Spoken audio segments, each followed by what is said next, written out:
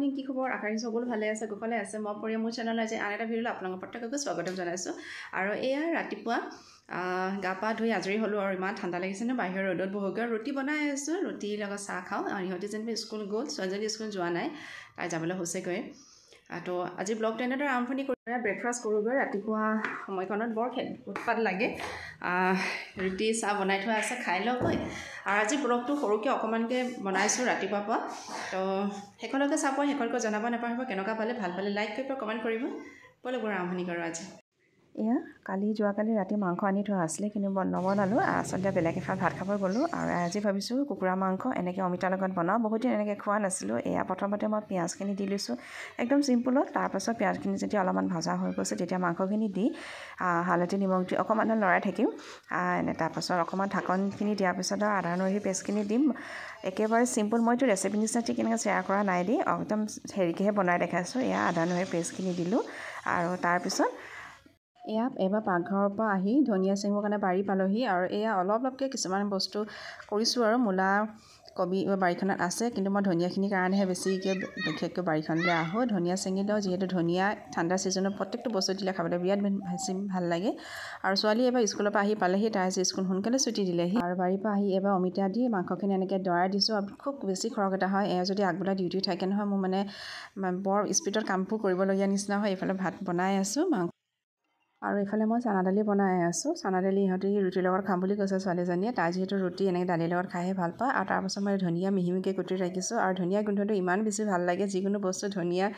মানে দি খাবলৈ বিৰাট ভাল লাগে এইটো ছিজনত এইফালে চানা দালি প্ৰায় হৈয়ে গ'ল অলম'ষ্ট আৰু এইফালে মাংস মোৰ প্ৰায় সিজিছেগৈ এতিয়া অকণমান গৰম পানী দিম আৰু উতলিবলৈ দিম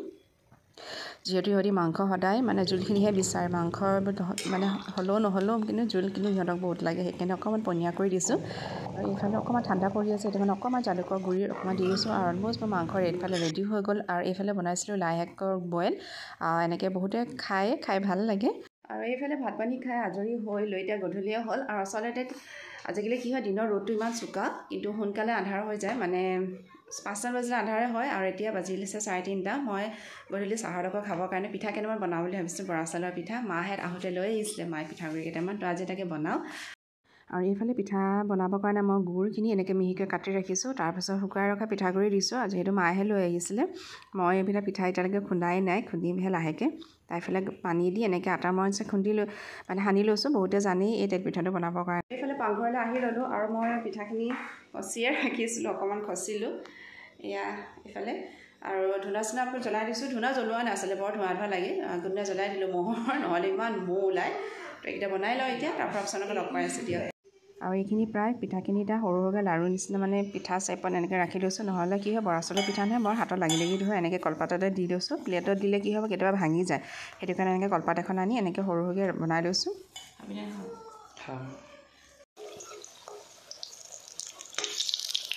এইফালে পিঠাও বনাই আছোঁ আৰু চাহ খাবৰ কাৰণে চাহো বনাই আছোঁ অলম'ষ্ট পিঠাখিনি প্ৰায়খিনি গোটেইখিনি হৈছে আৰু ইহঁতে এইটো পিঠা খাই ইমান বেছি ভাল লাগে যিমান বনালেও মানে কমেই হয়গৈ আৰু এইফালে মই পিঠা গোটেইখিনি বনাই পেলাই চাহটো বনাই লৈ ভাবিছোঁ মাজতে আকৌ গেছটো অফে হৈ গৈছে কমাওঁতে এবং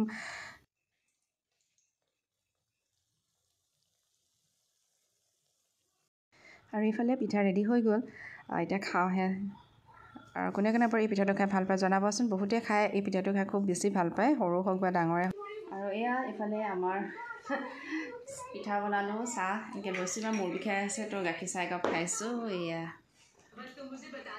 আৰু এইফালে পিঠা বনাইছোঁ তো এতিয়া গধূলি চাহ কাপ খাই লওঁ আৰু তাৰপিছত আপোনালোকে লগ পাই আছোঁ বাৰু দিয়ক কেনেকুৱা আছে পিঠাবোৰ চাহ তাহ খোৱা হোৱাৰ পিছত গধূলি এয়া ফুলকেইজোপা মানে অকণমান পানী দি লৈছোঁ কাৰণ যিহেতু গোটেই দিনটো এডোখৰ ৰ'দেই পৰি থাকে আন্ধাৰে হৈ আহিছে ফুলত পানী মেলি দি আৰু আজি ভিডিঅ'টো ইয়াতে শেষ কৰিছোঁ ভিডিঅ'টো চাই কেনেকুৱা পালে জনাব নাপাহৰিব ভাল পালে লাইক কৰিব কমেণ্ট কৰিব পুনৰ এটা নতুন ভিডিঅ'লৈ লগ পোৱাৰ প্ৰতিশ্ৰুতিৰে আজিলৈ ৰাখিছোঁ বাই বাই